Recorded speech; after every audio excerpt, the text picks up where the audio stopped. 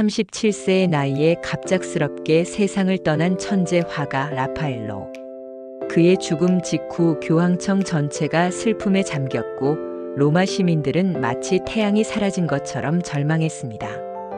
하지만 그가 마지막 숨을 거두기 전 침상 머리맡에 걸린 한 점의 그림을 바라보며 흘린 눈물의 의미를 아는 사람은 많지 않았습니다. 그 그림 속 여인은 누구였을까요? 왜 르네상스 최고의 화가는 생의 마지막 순간까지 그녀를 그리워했을까요? 안녕하세요, 여러분. 다솜처럼입니다. 오늘 제가 들려드릴 이야기는 단순한 사랑 이야기가 아닙니다. 이는 예술과 사랑이 어떻게 한 사람의 영혼을 송두리째 바꿔놓을 수 있는지를 보여주는 500년 전 로마에서 벌어진 실화입니다. 1514년 가을, 로마의 황금빛 노을이 바티칸 궁전을 물들이던 저녁이었습니다. 당시 31세의 라파엘로는 이미 교황의 총애를 받는 궁정화가로서 명성을 떨치고 있었습니다.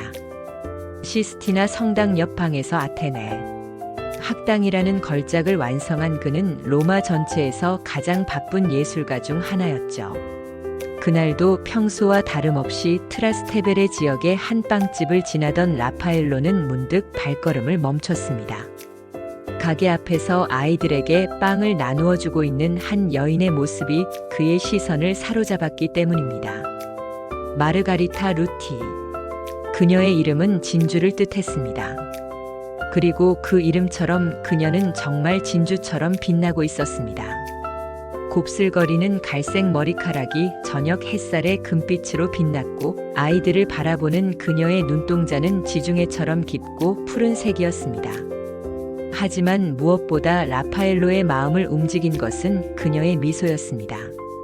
세상의 모든 온기가 그 미소에 담겨 있는 것 같았거든요. 잠깐 이 장면 보셨나요? 예술가의 눈이 어떻게 한순간에 사랑에 빠질 수 있는지 말입니다. 라파엘로는 그 순간을 이렇게 표현했습니다. 마치 내 영혼이 깨어나는 것 같았어요. 라고 말이죠. 빵집 딸과 궁정화가. 마르가리타는 트라스테베레의 작은 빵집 딸이었습니다. 아버지 안토니오 루티는 소박한 빵집을 운영했고 그녀는 매일 아침 일찍 일어나 아버지를 도와 빵을 구웠습니다. 교황의 화가와 빵집 딸. 누가 봐도 어울리지 않는 조합이었죠. 하지만 사랑에는 신분의 벽이 없었습니다. 라파엘로는 다음 날부터 매일 그 빵집을 찾았습니다. 처음에는 빵을 사러 온다는 핑계로 나중에는 아예 솔직하게 마르가리타를 보러 온다고 고백했습니다. 저는 매일 아름다운 것들을 그리며 살아갑니다. 하지만 당신만큼 아름다운 것은 본 적이 없어요. 라파엘로의 고백은 시인의 것처럼 우아했습니다. 마르가리타는 처음에는 당황했지만 점점 그의 진심을 알아가게 되었습니다.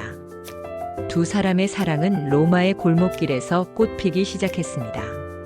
라파엘로는 궁정에서의 바쁜 일정을 마치고 나면 마르가리타를 찾아갔고 그녀는 그를 위해 특별한 빵을 구워주었습니다. 어느 일요일 오후 라파엘로는 마르가리타를 테베레 강가로 데려갔습니다. 강물이 황금빛으로 반짝이는 가을 오후였죠. 그들은 강변에 앉아 이런저런 이야기를 나누었습니다. 당신은 어떤 꿈을 가지고 있나요? 라파엘로가 물었습니다. 저는 사람들을 행복하게 해주고 싶어요. 제가 만든 빵을 먹고 사람들이 웃을 때가 가장 기뻐요. 마르가리타의 답변은 단순했지만 진심이 담겨 있었습니다. 그럼 우리는 같은 꿈을 가지고 있네요. 저도 제 그림을 보고 사람들이 아름다움을 느끼길 바라거든요. 잠깐 여기서 잠시 멈춰보세요. 혹시 이 영상이 도움이 되고 있다면 좋아요 버튼을 눌러주시고 구독과 알림 설정도 해주세요. 더 많은 감동적인 이야기를 들려드릴 수 있을 거예요. 사랑 속에서 피어나는 예술. 사랑은 라파엘로의 예술에도 변화를 가져왔습니다. 마르가리타를 만난 이후 그의 그림에는 새로운 생명력이 깃들었습니다. 특히 여성을 그릴 때의 그 부드러운 시선, 따뜻한 색채는 모두 마르가리타에게서 영감을 받은 것이었습니다. 가장 유명한 일화는 시스티나 성모 작품에 관한 것입니다. 라파엘로는 이 그림을 그리면서 성모 마리아의 얼굴에 마르가리타의 모습을 담았습니다. 그녀의 자애로운 미소, 깊은 눈동자, 그리고 무엇보다 사랑이 가득한 표정을 말이죠. 당신을 보고 있으면 신성함이 무엇인지 알 것 같아요. 라파엘로는 마르가리타에게 이렇게 속삭였습니다. 마르가리타 역시 라파엘로의 사랑에 감동했습니다. 그녀는 그가 그림을 그리는 모습을 지켜보며 예술가가 가진 열정과 순수함을 배웠습니다. 때로는 그의 작업실에서 조용히 책을 읽으며 그의 작업을 지켜보기도 했죠. 일상 속의 소소한 행복. 두 사람의 사랑은 화려하지 않았지만 깊고 진실했습니다. 라파엘로는 마르가리타를 위해 작은 스케치들을 그려주었고, 마르가리타는 그를 위해 특별한 요리를 만들어 주었습니다. 어느 겨울 아침 눈이 내리던 날이었습니다. 라파엘로는 마르가리타의 빵집에 들렀는데 그녀가 감기에 걸려 목소리가 나오지 않았습니다. 그는 하루 종일 그녀 곁에 머물며 따뜻한 차를 끓여주고 재미있는 이야기를 들려주었습니다. 목소리가 나오지 않아도 괜찮아요. 당신의 눈빛만으로도 충분히 대화할 수 있으니까요. 라파엘로의 말에 마르가리타는 감동의 눈물을 흘렸습니다.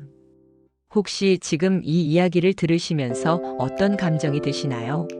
사랑이 이렇게 아름다울 수 있다는 것을 믿으시나요? 1520년 봄, 라파엘로는 갑작스럽게 병에 걸렸습니다. 고열에 시달리며 침상에 누운 그는 마르가리타만을 찾았습니다. 그녀는 밤낮으로 그의 곁을 지켰고 그의 손을 잡고 있었습니다. 마르가리타, 당신을 만나서 정말 행복했어요. 당신은 제게 사랑이 무엇인지 가르쳐 주었어요. 라파엘로의 마지막 말이었습니다. 그는 4월 6일 37세의 나이에 세상을 떠났습니다. 그의 마지막 작품 그리스도의 변용은 미완성으로 남겨졌지만 그 안에는 마르가리타에 대한 사랑이 고스란히 담겨 있었습니다. 라파엘로와 마르가리타의 사랑에서 우리가 배울 수 있는 것은 무엇일까요? 그들의 사랑은 나이나 신분을 뛰어넘어 진심으로 서로를 이해하고 존중했다는 점입니다.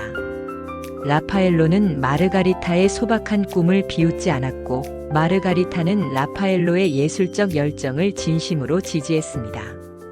그들의 사랑이 이토록 아름다웠던 이유는 무엇일까요? 첫째, 서로의 다름을 인정하고 존중했기 때문입니다.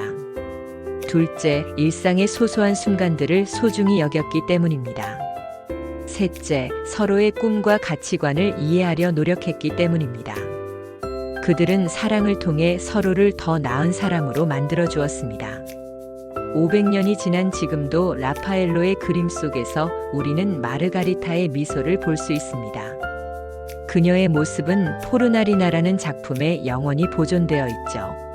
사랑은 이렇게 예술이 되고 예술은 이렇게 영원이 됩니다. 라파엘로와 마르가리타의 사랑 이야기는 우리에게 말합니다.